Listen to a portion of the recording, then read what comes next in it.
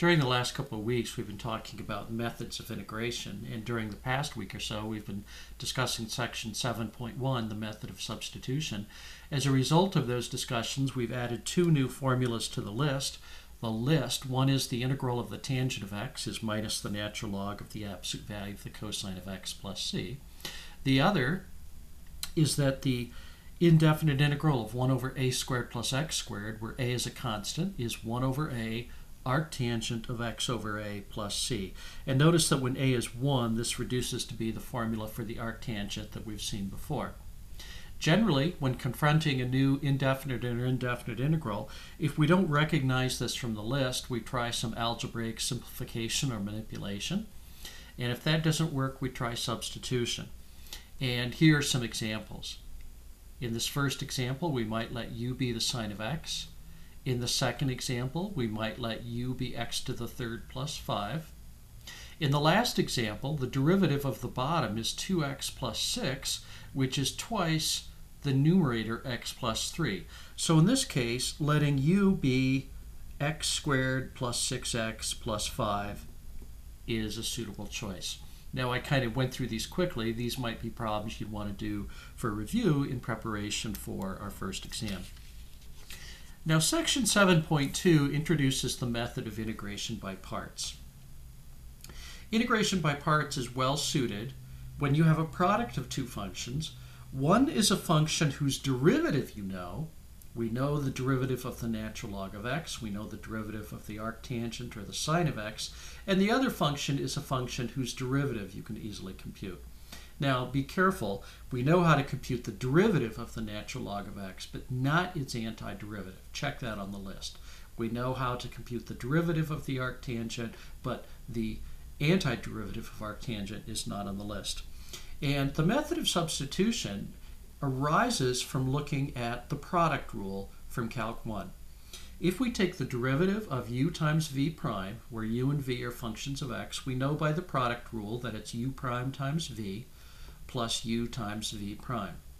If we integrate each side of this equation, the antiderivative of uv prime is just uv, and then we have the indefinite integral of u prime of x v of x plus the integral of u of x v prime of x dx. If we manipulate this a little bit more, we have the integral of u of x times v prime of x equals u of x times v of x minus the integral of u prime of x times v of x. This is a good formula to memorize. So notice how if we have an integral of a product with a function, we can easily differentiate, and v prime of x, we can anti-differentiate. We can use this formula. Notice how the prime moves over to u and the v prime disappears. Hopefully, this integral will be easier to compute. And if so, we're done. So integration by parts uses this formula and requires us to compute a second integral, one that's different from the one we started with. Let's take a look at a couple examples.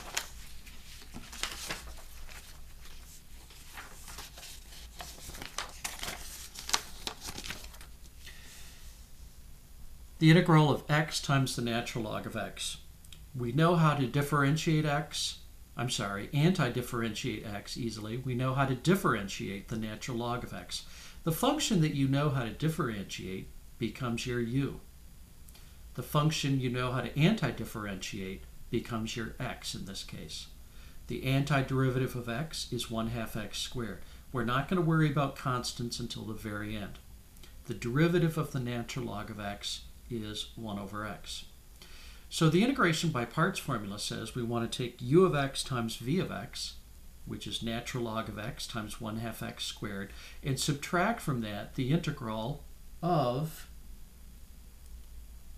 u prime v. So 1 over x times v, 1/2 x squared times 1 over x. Now, always look to see if you can simplify this. Don't try any substitution or anything like that. Simplify first. 1/2 x squared times 1 over x reduces to be 1/2 x, and we can pull the 1/2 outside the integral sign. Then we integrate x. This is a lot easier to integrate than what we started with. We integrate x, we get 1/2 x squared, but there was a 1/2 out in front, so that becomes 1/4 x squared plus c.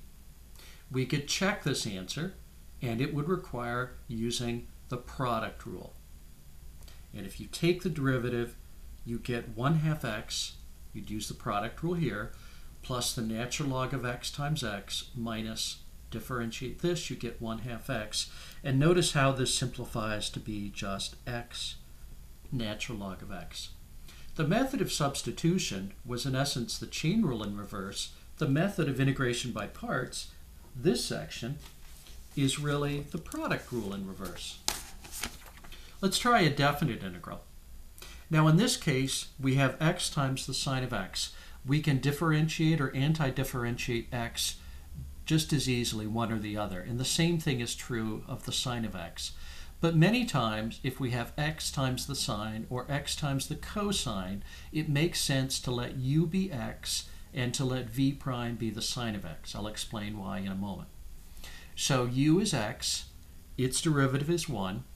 V prime is the sine of x, its antiderivative is minus cosine of x.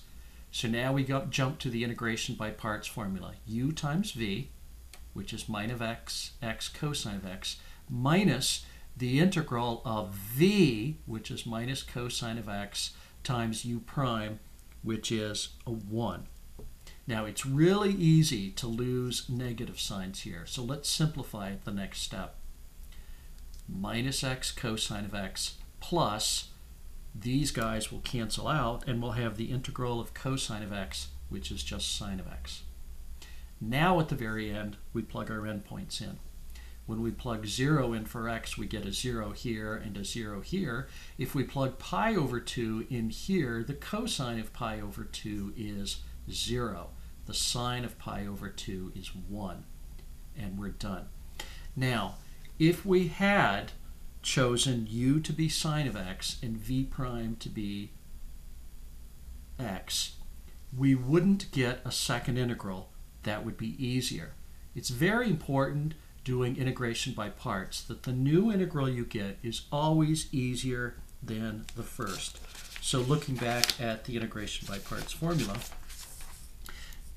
when you apply this formula, you always want this to be at least as easy as you started with, hopefully easier. What I would like for you to do in preparation for class is to compute the integral of x e to the x. Okay, x equals x e to the x from 0 up to x equals 1.